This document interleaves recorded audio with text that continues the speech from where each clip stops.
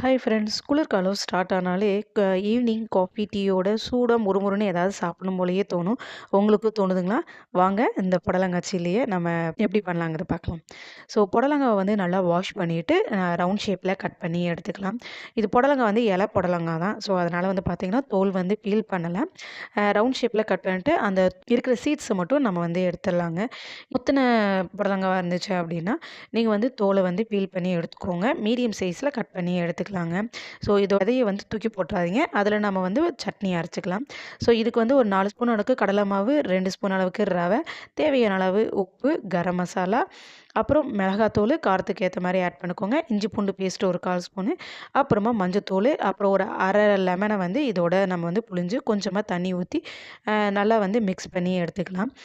இதோட வந்து நம்ம கட் பண்ணி வச்சிருந்த புடலங்காவையும் இதோட ஆட் பண்ணி நல்லா எல்லாமே ஒண்ணு சேர்ற மாரி நல்லா மிக்ஸ் பண்ணி எடுத்துக்கலாங்க. நீங்க எடுக்கிற புடலங்காய்க்கு ஏத்த மாரி நீங்க வந்து கடலை மாவு இத ஆட் பண்ணிக்கோங்க. ஸோ இது ஒரு 10 to 15 மினிட்ஸ் நல்லா ஊற வச்சுட்டு, அப்புறமா சூடான எண்ணெயில நம்ம வந்து பொரிச்சு எடுத்துடலாங்க.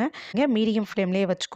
கொஞ்சம் நல்லா கோல்டன் ப்ரவுன் கலர்ல வரும்போது நீங்க எடுத்தீங்கன்னா, நல்லா மொறு மொறுன்னு நல்லாயிருக்கும். உள்ள வந்து நல்லா புடலங்காவுமே நல்லாவே வெந்திருந்தது.